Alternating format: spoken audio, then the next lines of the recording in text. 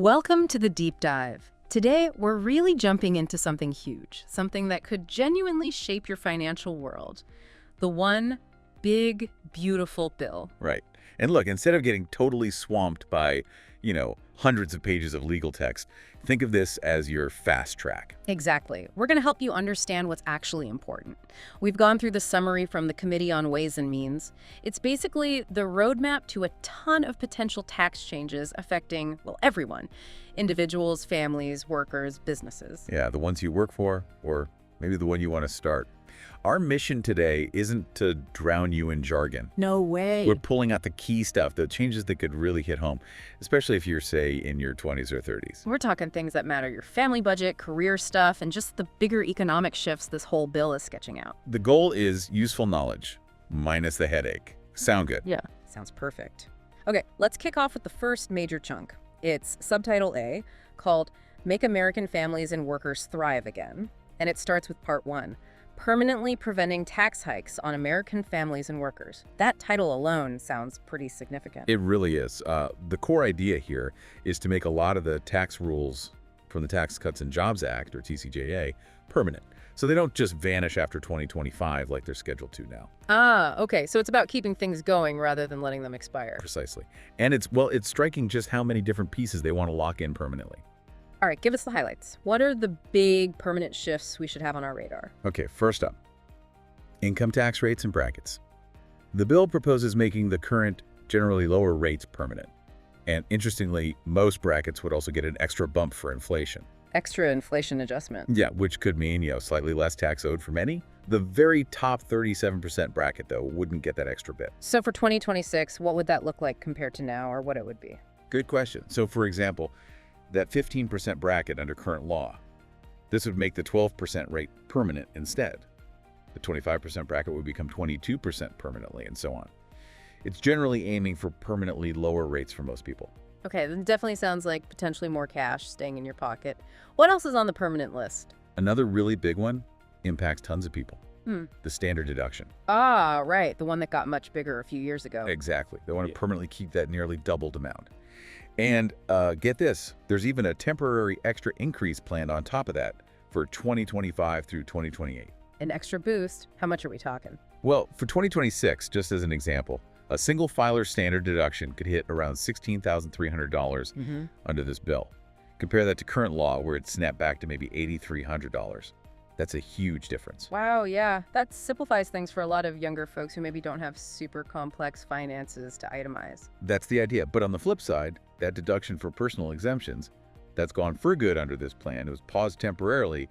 Now it'd be a permanent repeal. So, bigger standard deduction, no more personal exemptions. For many, especially younger people without lots of itemized deductions, sounds like a net positive, probably. That seems to be the thinking. Okay, moving on. Something vital for families, especially in your age group, the child tax credit. Always a big topic. Permanent changes there too. Yes, permanent changes and a temporary boost. The $2,000 credit per kid would become permanent, and the higher income levels where the credit starts phasing out, those would stay in place too. Okay, and what about dependents who aren't children, like maybe supporting an older relative? That non-child dependent credit, the $500 one, that would also be made permanent. And importantly, the main child credit would be indexed for inflation permanently, starting after 2026. So it keeps up with rising costs over time, and the temporary boost. Right. For 2025 through 2028, the credit would actually jump to $2,500 per child. $2,500, yeah. For young families starting out, that could really help the monthly budget. Definitely. But there's a catch, or rather a requirement to be aware of. I remember hearing something about Social Security numbers. You got it. The rule that a child needs a work-eligible SSN that stays, and it actually expands. Now, the taxpayer claiming the credit and their spouse, if filing jointly, would also need work-eligible SSNs. Ah, okay, so it applies to the parents too now. Correct. Though there's also a small provision allowing income from certain religious collective organizations, 501(d)s, to count as earned income for CTC purposes. Interesting. So some tweaks affecting different groups. What about our listeners who are maybe self-employed, doing gig work, or thinking about starting a business, anything permanent for them? Absolutely. Significant permanent changes proposed for the qualified business income deduction. the QBI deduction. Right, that's the one that lets you deduct a chunk of your business income. Yeah, currently up to 20%. This bill would make that permanent, and after 2025, increase the deduction from 20% to 23%. Oh, wow, 23%. Plus, it modifies how the deduction phases out for higher earners with service businesses or wage investment limitations. It aims for a smoother reduction, trying to avoid those super high effective tax rates some people hit. Makes sense. And certain income from things called business development companies would also become eligible. So yeah, if you're an entrepreneur, this looks like a pretty meaningful permanent tax break. Okay. Now, estate and gift taxes feels like something for, the super wealthy, maybe not most of our listeners directly, but are there permanent changes there? You're right, it affects a smaller group, but yes, permanent changes proposed. The higher exemption amounts for estate tax, the tax when someone passes away, and lifetime gifts would be made permanent. How high are we talking? For 2026, it increased to $15 million for singles, $30 million for married couples, and it keeps getting adjusted for inflation. So yeah, probably not a direct impact for most listeners right now, but a big policy call on wealth transfer. Got it. Okay, so that covers a lot of the big individual and family items, but Part 1 of Subtitle A isn't done yet, is it? Not quite. There's more permanence planned. The increased alternative minimum tax, the AMT exemption and phase-out levels, those would stick around permanently. The AMT, that's the parallel tax system, right? To catch high earners using too many loopholes. That's the one. Keeping the exemptions higher means fewer middle and upper middle income folks get hit by it. Okay, what else? The lower limit on the home mortgage interest deduction, interest on the first $750,000 of debt that becomes permanent, and the deduction for casualty losses, like from storm damage, permanently limited to losses in federally declared disaster areas only. So if your basement floods, but it's not a huge disaster declared by the government, no deduction. Under this proposal, that's right. And some deductions are just going away completely, permanently. Like what? Miscellaneous itemized deductions. Think unreimbursed work expenses, tax prep fees. Gone permanently if you used to itemize them. The P's limitation, which reduced deductions for high earners, permanently repealed. But it's replaced by a new cap, basically. Each dollar of itemized deductions for those in the very top tax bracket wouldn't save them more than 35 cents in tax. So a different kind of limit for the highest earners? Exactly. Also permanently eliminated the tax break for bike commuting reimbursements and the moving expense deduction, unless you're active duty military. And gambling. If you gamble, deductions for your losses are permanently capped at the amount of your winnings. No deducting more than you won. Sounds like a real mix. Some things locked in, some taken away, some changed. Right. What about ABLE accounts? Those are super important for people with disabilities. Definitely positive permanent changes proposed there. Yeah. ABLE accounts are those tax advantage savings accounts. The ability to make extra contributions. That becomes permanent. That's great news. Yeah, and there's even an extra year of inflation adjustment for the base limit. The saver's credit for contributing to ABLE accounts, permanent. And the ability to roll money tax-free from a 529 education plan to an ABLE account, also permanent. Really good for those families. That is good to hear. Okay, almost done with Part 1. Any other specific permanent extensions? Just a few more quick ones, including several regions like the Sinai Peninsula and parts of Africa as qualified hazardous duty zones for tax benefits becomes permanent. And the rule excluding forgiven student loans from income if the discharge is due to death or permanent disability. That's made permanent too, though it adds an SSN requirement for the taxpayer. Phew. Okay, that was a marathon on the permanent stuff. Let's shift to Part 2 of Subtitle A, additional tax relief for American families and workers. Sounds like new breaks coming in. That's exactly right.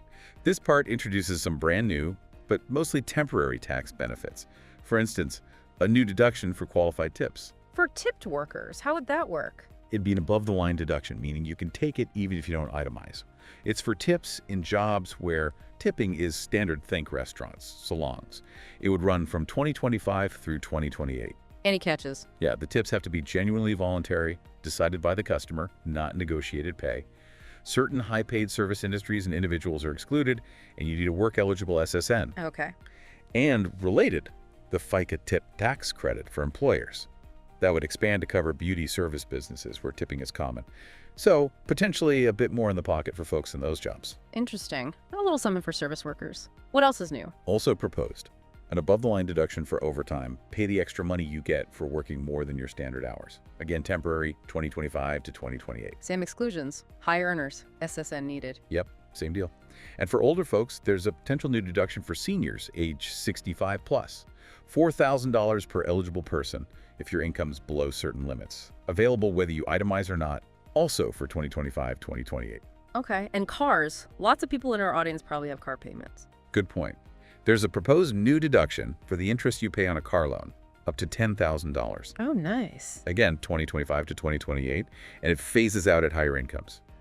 And it specifies the vehicle, car, truck, SUV, motorcycle, even ATVs and RVs.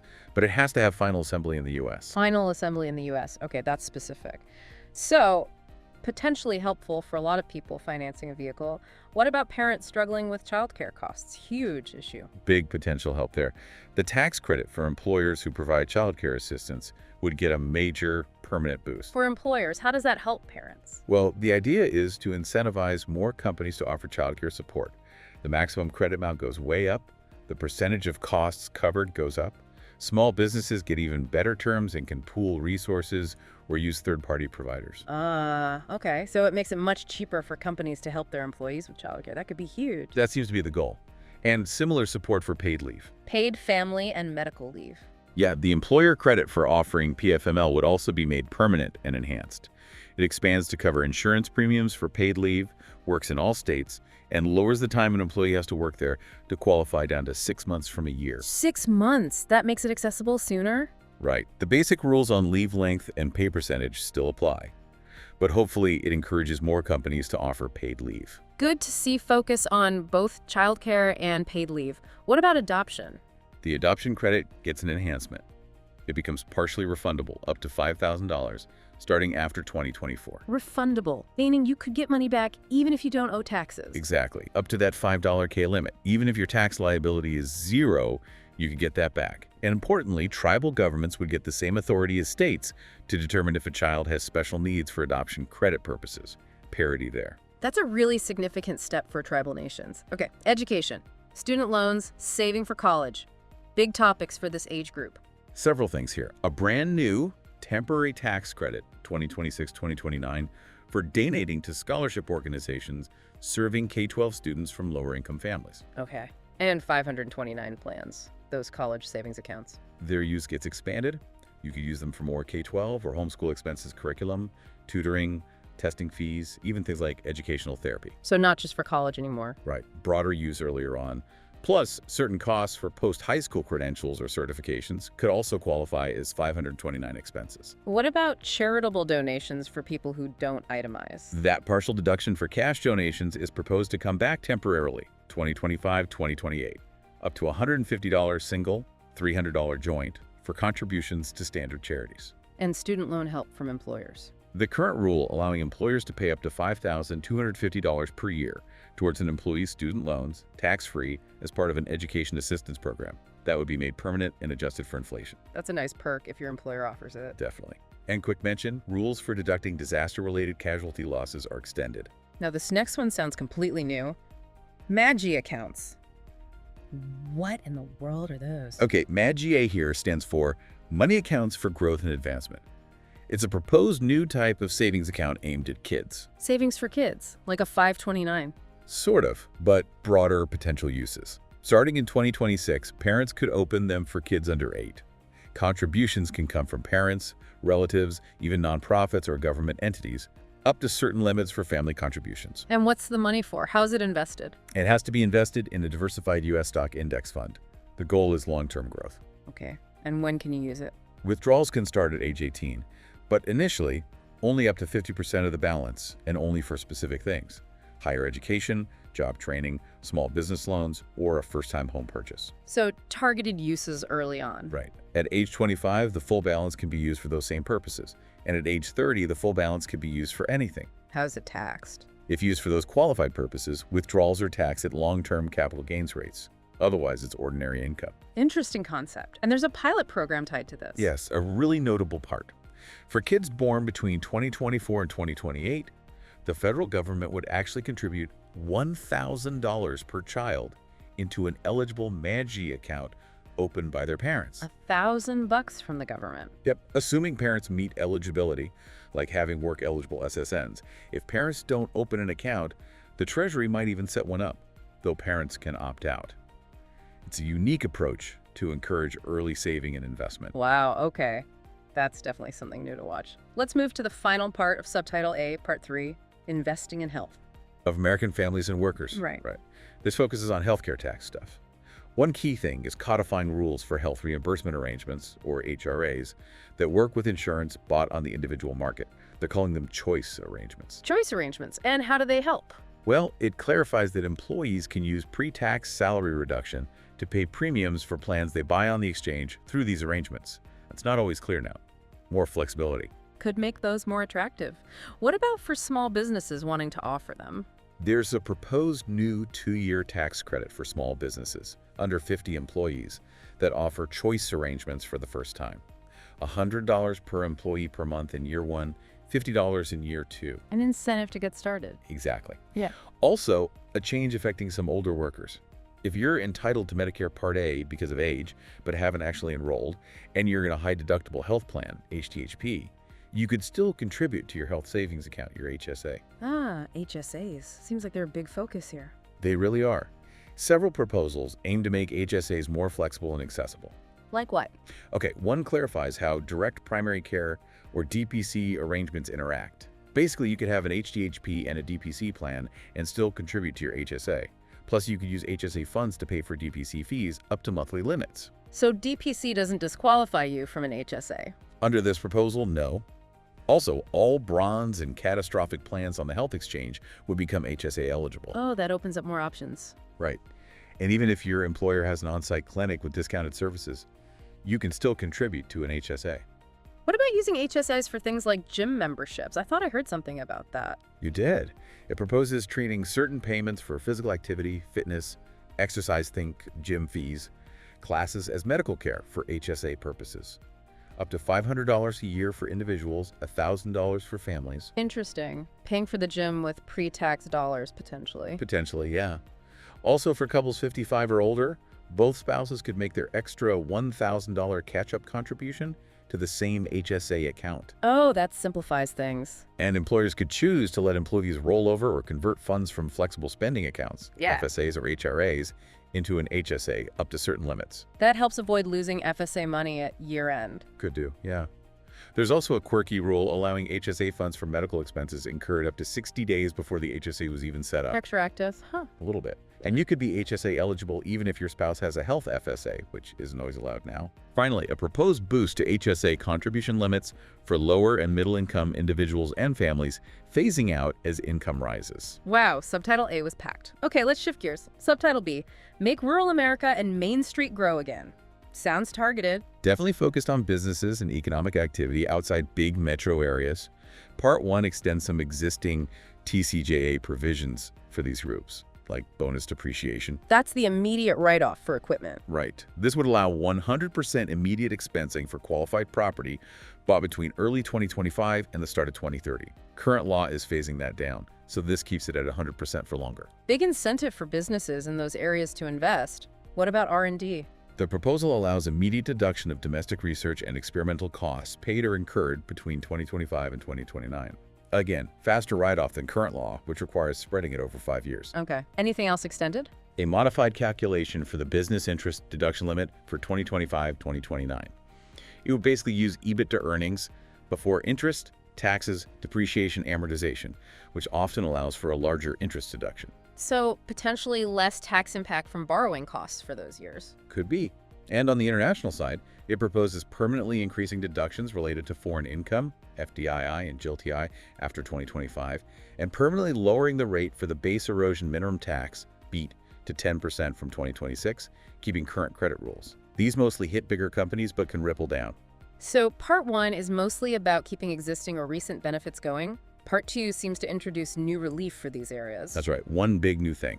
Special bonus depreciation for qualified production property. Production property, like factories. Exactly. New factories, improvements, certain structures integral to manufacturing, producing, or refining tangible goods.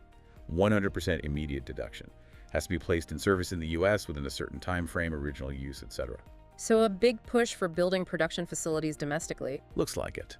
But not for offices. Research labs focused on actual making of things. Got it. What about opportunity zones? Those aim to boost investment in distressed areas. They'd get a renewal and revamp. A second round from 2027 to 2033.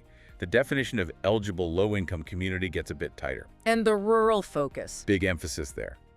At least a third of the newly designated zones must be entirely rural. And if a state doesn't have enough qualifying rural tracts to hit that third, all its eligible rural tracts get designated. Interesting way to ensure rural inclusion. Benefits change. Simplified. A single 10% basis step up for investments held 5+ years in regular qualified opportunity funds. LQFs. But they're creating new rural qualified opportunity funds, RQOFs. Yeah, investments held 5+ years in those would get a bigger 30% basis step up. Plus, individuals could invest up to $10 post-tax money in QFS RQOFs. And rules for improving property in rural zones are slightly relaxed. More reporting required too. Seems like a refinement to target rural investment better. Makes sense. Trying to fine-tune it. What about the Section 179 expensing for smaller businesses, the immediate deduction for assets? That gets a big boost. The maximum amount you can expense jumps to $2.5 million, up from about $1.25 million now. The investment limit where that starts phasing out also increases significantly. Applies to property placed in service after 2024. Huge for small business cash flow. Definitely helpful. Now, those 1099 reporting thresholds, big topic lately, especially for online sellers and gig workers. Yeah. The bill proposes repealing that controversial $600 threshold for Form 1099-K from payment platforms. Repealing it entirely. Back to the old rules. Exactly. Back to the $20,000 and more than 200 transactions rule. That would be a huge relief for many casual sellers and freelancers. Wow. And for payments to independent contractors generally, a 1099 NEC. The general reporting threshold there, currently $600, would increase to $2,000, adjusted for inflation after 2024. Applies to payments made after this year. Less paperwork for businesses paying contractors. Okay, some welcome news on the reporting front for many. Any other specific industries getting attention here? Randomly, the excise tax on indoor tanning services. Repealed. Okay. Also, a proposed 25% exclusion for interest income on certain loans secured by rural or agricultural property made by qualified lenders. And qualified sound recordings could get immediate expensing treatment. And affordable housing in rural areas. Often a challenge. Some tweaks to the Low-Income Housing Tax Credit, LIHTC. For 2026-2029, restoring the more generous 9% credit level, lowering the bond financing threshold for the 4% credit, and designating Indian and rural areas as difficult development areas, making projects there potentially easier to finance. Seems comprehensive for rural and Main Street. What about health in this subtitle part 3? Pretty short. It expands the definition of a rural emergency hospital, REH, under Medicare, potentially allowing some closed rural hospitals to reopen under this designation, with some payment limitations if they're near other facilities. Yeah. Okay, on to subtitle C, title, Make America Win Again. Part 1 is Working Families Over Elites. Strong framing there. What's in it? This section proposes ending a lot of clean energy tax credits after December 31st, 2025. Ending them. Which ones? The credits for used clean vehicles, new clean vehicles, with a brief exception in 26 for makers under a sales cap, commercial clean vehicles, EV charger installation, home energy efficiency improvements, residential solar clean energy, and building new energy-efficient homes. Basically, a major rollback of those incentives. Wow, that's a huge shift in energy policy. Why the broad termination? The framing suggests a shift in priorities, away from those specific subsidies. The bill also phases out or restricts credits for clean electricity production and investment. Phase out? How? Reduction starting in 2029, down to 0 after 2031. And critically, the ability to transfer these credits is repealed for projects starting construction later on. Plus, new restrictions on who can claim them, targeting foreign entities or those with significant foreign ties or assistance. So, less incentive overall and harder to finance using credit transfers, plus foreign restrictions. Are other clean energy credits affected similarly? Yes, it's a pattern. Clean fuel production credit transferability ends after 2027. Carbon capture credit sees restrictions on transferability and foreign access. Nuclear production credit phases out, transferability limited, foreign restrictions. Clean hydrogen credit ends for new projects after 2025. Advanced manufacturing credit phases out for most things except critical minerals.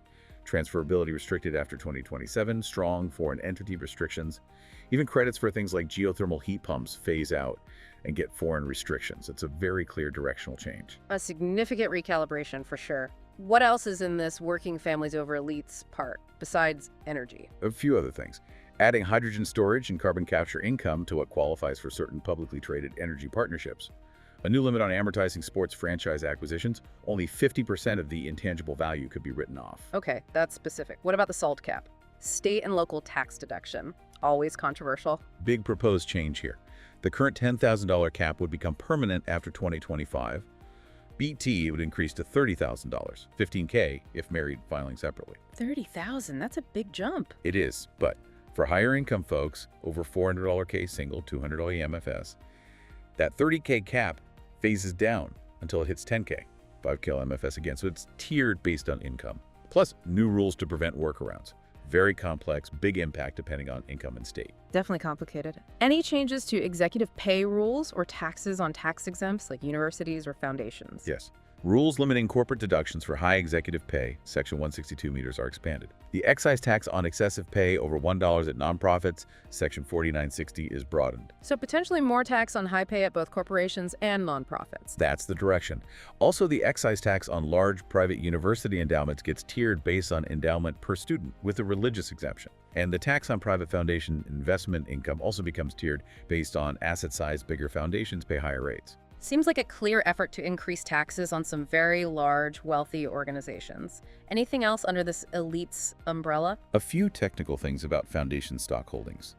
Increasing unrelated business taxable income, UBTI, for nonprofits by the amount of disallowed fringe benefits like transportation, treating name logo royalties as UBTI, limiting the research income exclusion to publicly available research only, making the current limit on excess business losses permanent, adding a 1% floor for corporate charitable deductions, and new enforcement tools against potentially unfair foreign taxes. And that firearm silencer provision I saw seems out of place. It does stand out. It proposes eliminating the $200 federal transfer tax on firearm silencers, also repealing the $800 duty-free limit for low-value imports, de minimis, in 2027, and limiting tax refund drawback on exported tobacco products. Okay. Part 2 of Subtitle C is explicitly titled, Removing Taxpayer Benefits for Illegal Immigrants. What does this propose? It proposes limiting eligibility for the health insurance premium tax credits, PTC, the ACA's subsidies strictly to lawful permanent residents, certain Cubans, and citizens of Compact of Free Association nations. It explicitly excludes other lawfully present individuals and specifies several categories, like asylum seekers or those with TPS, as ineligible. So restricting who can get help affording marketplace insurance based on immigration status. Correct. It also aims to close a perceived loophole where some might get PTC while in a Medicaid waiting period due to status. And Medicare eligibility would be similarly restricted to the same groups, LPRs, etc. And that remittance tax, sending money abroad. Yes, a proposed new 5% excise tax on money sent out of the U.S., paid by the sender, collected by the provider. There's an exception if the sender is verified as a U.S. citizen national using a qualified provider. A refundable tax credit exists for those who pay the tax and have a valid SSN. There are anti-avoidance rules, too. Okay. And education credits. Adds an SSN requirement for both the student and the taxpayer claiming the American Opportunity Tax Credit or Lifetime Learning Credit. Got it. The final part of Subtitle C focuses on preventing fraud, waste, and abuse. Off through a bipartisan goal. Let's hear. A few things targeting the premium tax credits again. Requiring annual active verification of eligibility, income, enrollment, disallowing PTC if you enroll during certain income-based special enrollment periods, and eliminating the cap on having to repay excess advance PTC if your income ends up higher than projected. So, tighter rules and potentially full repayment of overpayments. What about Medicare fraud? Proposes allocating $25 million to use artificial intelligence tools to find and recoup improper Medicare payments, with reporting requirements to Congress. Using AI, interesting. Anything on the pandemic era employee retention credit, ERTC? Yes, enforcement-focused. Higher penalties for promoters of improper ERTC claims, penalties for employers not doing due diligence on eligibility, and moving up the deadline for filing any remaining unpaid claims. Basically, try to shut down remaining fraud there. And the Earned Income Tax Credit, EITC, known for complexity and error rates. Some reforms proposed. A phased system to detect duplicate claims, a task force to recommend integrity improvements, data matching, etc., and a specific benefit for Purple Heart recipients who lost disability pay by returning to work an extra EITC amount. Okay. What about tax filing itself? IRS programs. A task force proposed to look at ending the IRS direct file pilot and establishing a public-private partnership for free tax filing, potentially replacing both direct file and free file. Interesting direction for free filing options. Also, tax relief for hostages and those wrongfully detained abroad, pausing deadlines, allowing refunds for taxes paid during detention. That's compassionate. Anything else on enforcement or IRS operations? Authority for Treasury to suspend the tax-exempt status of organizations found providing material support to designated terrorist groups with due process. Much higher penalties for unauthorized disclosure of taxpayer information, and a restriction preventing Treasury from regulating or banning contingency fees for tax preparers. Okay, one last subtitle. Subtitle D seems short and sweet. Very, it's just one section. Oh. Increasing the statutory public debt limit by $4 trillion. Simple, but obviously a huge number. Wow. Well, that was an incredibly thorough deep dive into this massive bill. We covered everything from individual taxes to business rules, healthcare, energy, international issues. We really did just scratch the surface on a lot of these complex pieces, but hopefully you, the listener, have a much clearer picture now of the major proposals. Yeah, for our listeners, maybe 22 to 36 years old, some key things to really keep an eye on might be those potential child tax credit changes if you have kids or plan to. Right. Any changes to student loan rules, those new MAGA savings accounts as a potential long-term tool. And all those HSA changes if you're using a high-deductible health plan. Plus, if you run a small business or work in certain industries, lots and subtitles B and C could directly impact you. Definitely. This overview should give you a solid base for understanding what might be coming. If something specific caught your ear, absolutely dig in for more details. It really does give you a foundation. Which brings us to a final thought. Yeah, thinking about the sheer scope of all this, from individual tax cuts to major shifts in energy policy, business rules, social program eligibility, it makes you wonder, if these proposals actually became law, what do you think the overall long-term ripple effects would be on families, on the workforce, on the direction of the economy? Definitely something to chew on.